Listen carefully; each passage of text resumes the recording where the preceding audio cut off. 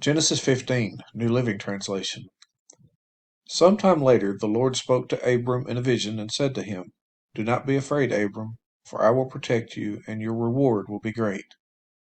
But Abram replied, "O sovereign Lord, what good are all your blessings when I don't even have a son? Since you've given me no children, Eliezer of Damascus, a servant in my household, will inherit all my wealth. You have given me no descendants of my own, so one of my servants will be my heir." Then the Lord said to him, "No, your servant will not be your heir, for you will have a son of your own who will be your heir." Then the Lord took Abram outside and said to him, "Look up into the sky and count the stars, if you can. That's how many descendants you will have." And Abram believed the Lord, and the Lord counted him as righteous because of his faith. Then the Lord told him, "I am the Lord who brought you out of Ur of the Chaldeans to give you this land as your possession." But Abram replied, "O sovereign Lord, how can I be sure that I will actually possess it?"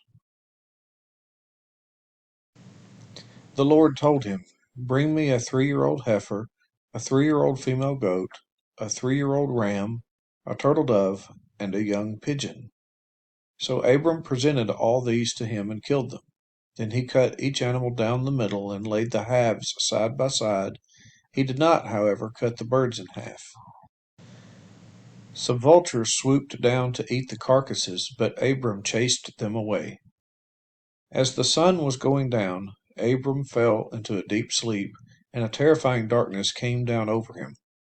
Then the Lord said to Abram, "You can be sure that your descendants will be strangers in a foreign land, where they will be oppressed as slaves for 400 years.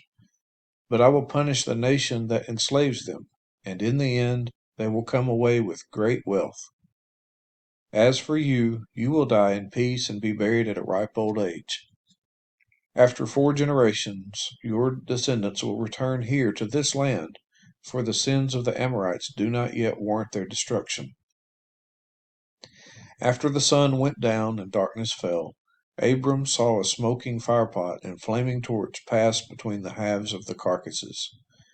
So the Lord made a covenant with Abram that day and said, "I have given this land to your descendants, all the way from the border of Egypt to the great Euphrates River, the land now occupied by the Kenites, Kenizzites, Cadmonites, Hittites, Perizzites, Rephaites, Amorites, Canaanites, Girgashites, and Jebusites."